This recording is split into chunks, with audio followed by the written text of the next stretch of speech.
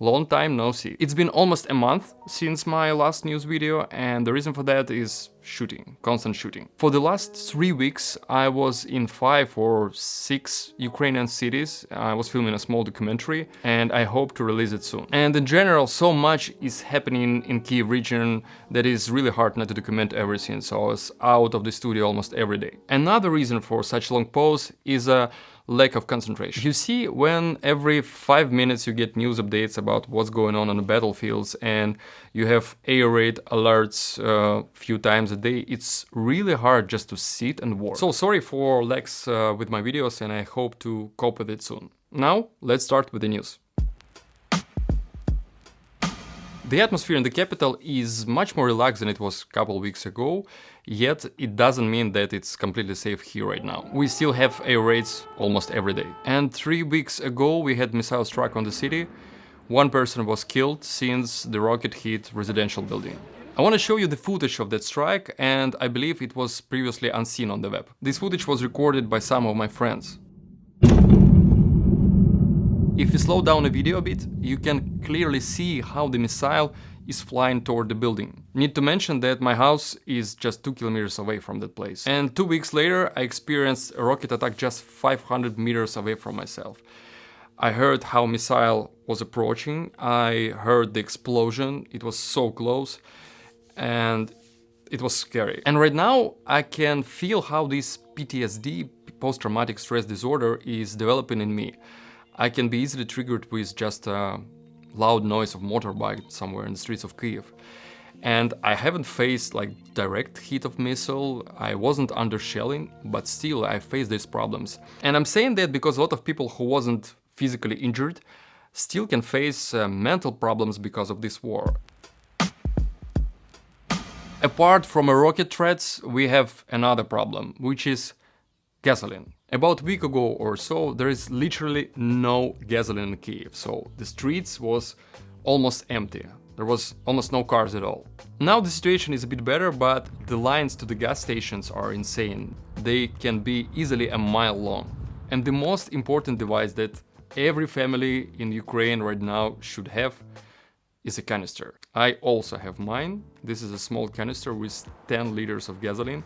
This device is priceless. Meanwhile, we have a new phenomenon on internet marketplaces, gasoline dealers. You can call some guy and he will bring you 20 or 40 liters of gasoline, which is really convenient, but still it's ridiculous. This situation though is the finest hour for electric car owners. Probably this is a moment they have been waiting for all their life, because they are shining. They don't need to stay in these big queues in order to get like 10 liters of gasoline.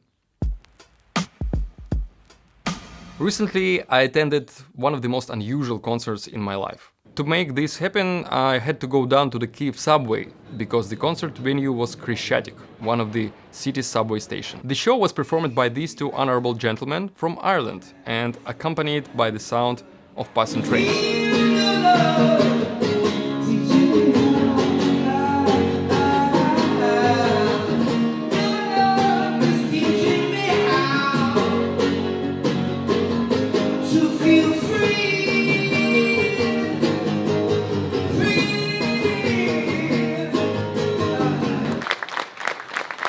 In general, of course, that was not an ordinary concert. That was more like a sign of support. But those signs are hugely important for people in Ukraine in order to feel that we are not alone in this battle. So, you too, thank you for your support. By the way, I'm also waiting for one guide to appear here in Kyiv someday.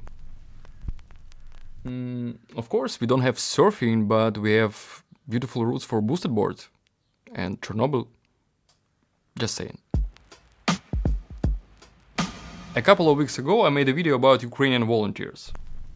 The volunteer movement is a mighty force, and it's another strong suit of Ukraine. People are helping army, buying drones, bulletproof vests, cars, and so on. And I want to tell you about quite an interesting project made by Ukrainian volunteers.